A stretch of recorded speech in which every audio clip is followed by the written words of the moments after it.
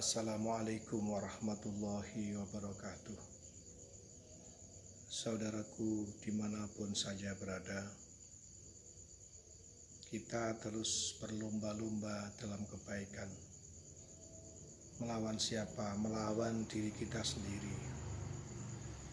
Kita berusaha hari ini perilaku kita, akhlak kita harus lebih baik dibanding hari kemarin. Dan hari lusa, akhlak kita harus lebih baik dari hari ini. Saudaraku, kita butuh terus berjuang mengalahkan hari-hari sebelumnya. Sebab orang yang beruntung adalah orang yang hari ini akhlaknya, perilakunya lebih baik dari hari kemarin, dan hari esok perilakunya, akhlaknya lebih baik daripada hari ini. Saudaraku rahimakumullah wa ghafarkumullah. Jika hari kemarin sholat kita 5 waktu hanya sekali berjamaahnya di masjid, maka hari esok diupayakan lebih meningkat lagi. Kalau hari kemarin sekali, hari ini minimal 2 kali kita sholat berjamaah di masjid. Hari esok minimal 3 kali dalam berjamaahnya di masjid. Hari berikutnya lagi minimal 4 kali, dan seterusnya bisa 5 kali, 5 waktu sholat fardu kita selalu berjamaah di masjid. Kemudian andai kata sudah istiqomah menjalankan 5 waktu sholat kita berjamaah di masjid atau di musola, maka fastabiqul khairatnya, balapannya adalah kualitasnya. Kalau yang dulu sebelumnya yang kita lakukan hanya sholat yang wajib saja, kemudian kita berupaya untuk menjalankan yang sunnah. Kalau sholat duhanya sebelumnya belum terjalankan, maka dijalankan sholat sunnah duhanya, sholat sunnah qobliyah ba'diyahnya atau sholat sunnah rawatibnya dijalankan. Jika sudah semuanya, maka kualitas sholatnya yang perlu ditingkatkan. Zikirnya kepada Allah semakin hari semakin baik, semakin hari semakin baik. Itulah namanya perjuangan. Hidup ini penuh dengan perjuangan. Berjuang melawan nafsu kita, berjuang melawan kezaliman diri kita masing-masing, berjuang melawan kemalasan, melawan malas dalam menjalankan ibadah. Saudaraku rahimakumullah wa ghafarakumullah. Inna ma'al usri yusra. Sungguhnya ma'al usri beserta kesulitan, yusra ada kemudahan. Apa artinya?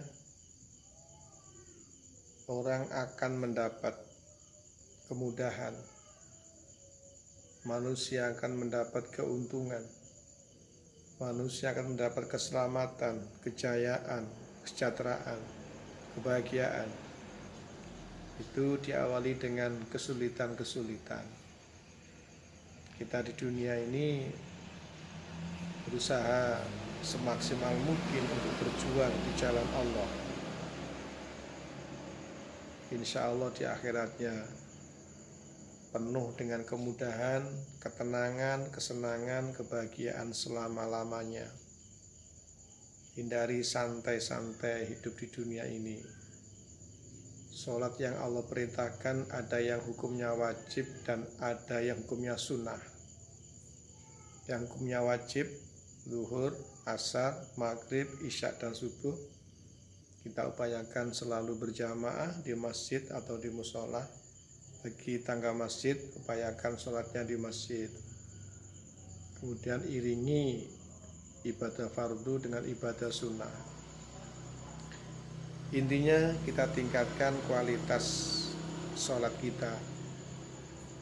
Ketika Allah menambahkan panjang umur, maka terus kita tingkatkan lagi kualitasnya, kuantitasnya dan kualitasnya.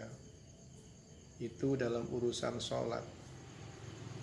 Fastabiqul khairat, yang Allah perintahkan tidak hanya dalam urusan sholat, tapi dalam urusan hubungan baiknya dengan keluarga, dengan istri, dengan anak, dengan saudara, dengan orang tua, dengan keluarga, saudaranya orang tua, dan seterusnya.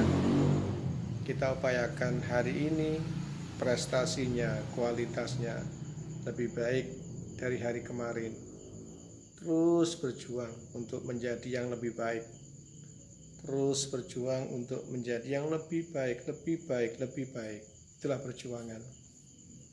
Hindari ada kemerosotan, baik kuantitas maupun kualitas dalam menghamba kepada Allah. Hindari adanya kemerosotan, baik kualitas maupun kuantitas dalam berhubungan sama manusia. Itulah perjuangan. Maka Allah menjelaskan, apakah kamu mengira akan masuk surga sebelum Allah mengetahui orang-orang yang berjihad di antara kalian dan orang-orang yang sabar? Saudaraku rahimakumullah wa ghafarakumullah, jihad dan sabar adalah rohnya orang-orang yang beriman. Jihad dan sabar memang bisa dibedakan, tetapi tidak bisa lepas pada diri seorang yang beriman. Di mana manusia ada imannya kepada Allah, maka di situ pasti ada jihad dan sabar di dalamnya. Bisa dikatakan isinya iman adalah jihad. Jihad itu berjuang. Berjuang itu berkorban. Orang yang berjuang di jalan Allah pasti berani mengorbankan jiwa raganya dan pasti berani mengorbankan harta bendanya untuk jalan Allah, untuk jalan kebaikan, jalan yang diridhoi Allah. Dan tidak hanya harta bendanya yang dikorbankan, tapi jiwa raganya pun juga dikorbankan untuk jalan Allah. Maka kalau kita menghendaki ketika setelah diwafatkan oleh Allah, mulai di kehidupan di alam kubur dan seterusnya sampai alam akhir yang menetap kekal, maka jangan tinggalkan berjuang di jalan Allah. Jangan tinggalkan berlaku sabar atas resiko apapun dalam berjuang di jalan Allah. Ada ulama membagi sabar itu ada 3 wajah. Sabar yang pertama adalah sabar dalam menjalankan perintah-perintahnya Allah. Perintah Allah ada yang hukumnya wajib dan ada yang hukumnya sunnah. Orang yang sabar dalam menjalankan perintah Allah adalah dia akan berusaha menjalankan perintah Allah yang hukumnya wajib dan yang sunnah. Sabar yang kedua adalah sabar dalam meninggalkan larangan-larangan Allah. Orang yang terus-menerus dalam menjalankan larangan Allah, yang tidak mau bertobat dari kesalahan yang pernah dilakukan, tidaklah tergolong orang yang sabar. Orang yang sabar dalam meninggalkan larangan Allah adalah ketika terlanjur berbuat salah, terlanjur berbuat dosa, maka tidak mengulang-ulang lagi kesalahan yang sama. Walam yusirru ala ma fa'alu wa hum ya'lamun. Saudaraku rahimakumullah wa ghafarakumullah, semua yang diperintahkan oleh Allah pada orang yang beriman adalah berdasar kemampuannya. Allah Maha bijaksana, Allah Maha mengetahui, Allah Maha adil. dan tidak mungkin memberi perintah pada mukmin sesuatu yang tidak mampu untuk dilakukannya. Allah memberi larangan pada mukmin dan dipastikan mukmin mampu meninggalkan larangan Allah. Karena tidak mungkin Allah melarang sesuatu pada mukmin kemudian mukmin tidak kuat meninggalkan, dan sangat tidak mungkin karena Allah mempunyai sifat yang adil dan bijaksana. Semua yang dilarang oleh Allah, mukmin pasti mampu meninggalkan. Kita ambil contoh saja. Kenapa banyak manusia yang terus-menerus menggunakan matanya atau penglihatannya untuk melihat yang haram? Laki-laki sering melihat wanita yang bukan muhrim dengan syahwatnya. Diulang lagi. Kenapa dia berani mengulang-ulang? Karena yang pertama, dia tidak punya rasa takut pada Allah dan tidak ada rasa takut pada azabnya Allah. Yang pertama. Yang kedua, dia tidak menyadari bahwa pengulangan kemaksiatan itu menggagalkan jalan keluar yang Allah tawarkan pada mukmin. Allah jelaskan, wa may yattaqillaha yaj'al lahu makhraja wa yarzuqhu min haitsu la yahtasib. Barang siapa yang bertakwa kepada Allah, maka Allah akan berikan jalan keluar. Allah akan memberikan kemudahan-kemudahan dalam menyelesaikan berbagai macam persoalan yang dihadapinya. Itu tidak hanya di dunia. Bagi orang yang bertakwa itu, apapun persoalan yang menimpa pada dirinya akan diselesaikan oleh Allah, diberi jalan keluar oleh Allah, diberi rahmat oleh Allah, beri hidayah oleh Allah. Meskipun orang yang bertakwa sudah meninggal, berada di alam kuburnya, ketika berhadapan dengan malaikat mungkar nakir yang akan menanyakan sesuatu di alam kubur, maka orang yang bertakwa kepada Allah, di samping di dunianya ada jalan keluar, di alam kuburnya pun mendapat rahmatnya Allah, diselamatkan oleh Allah. Makanya kenapa ada orang yang ngotot ingin menjaga dirinya, ingin berusaha untuk menjaga dirinya dari perbuatan-perbuatan yang dimurkai Allah. Ingin menjaga kualitas ketakwaannya karena dia mengharapkan ada rahmat Allah di dunia dan di alam kuburnya. Sehingga matanya dijaga, tidak mengulang-ulang kesalahan yang sama. Telinganya dijaga, tidak mengulang-ulang mendengarkan kemaksiatan yang sama. Langkah kakinya dijaga, tidak mengulang-ulang menuju majelis yang dimurkai Allah yang sama dengan sebelumnya. Pergaulannya pun juga dijaga. Jika terlanjur bersalah, maka dia akan bertaubat dari kesalahannya dan tidak mengulang-ulang kesalahan yang sama. Kenapa? Dia mengharapkan adanya rahmat Allah.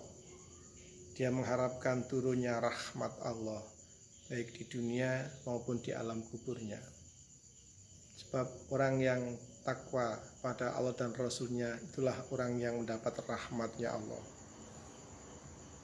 Saudaraku rahimakumullah wa barakumullah, kita berusaha selalu mendapat rahmatnya Allah dengan cara menjalankan apa yang diperintahkan Allah dan Rasulnya dan meninggalkan apa yang dilarang oleh Allah dan Rasulnya. Kita paksa diri kita untuk istiqomah dalam bertakwa kepada Allah. Tidak ada waktu, tidak boleh ada saat atau waktu yang tidak terisi dengan takwa kepada Allah.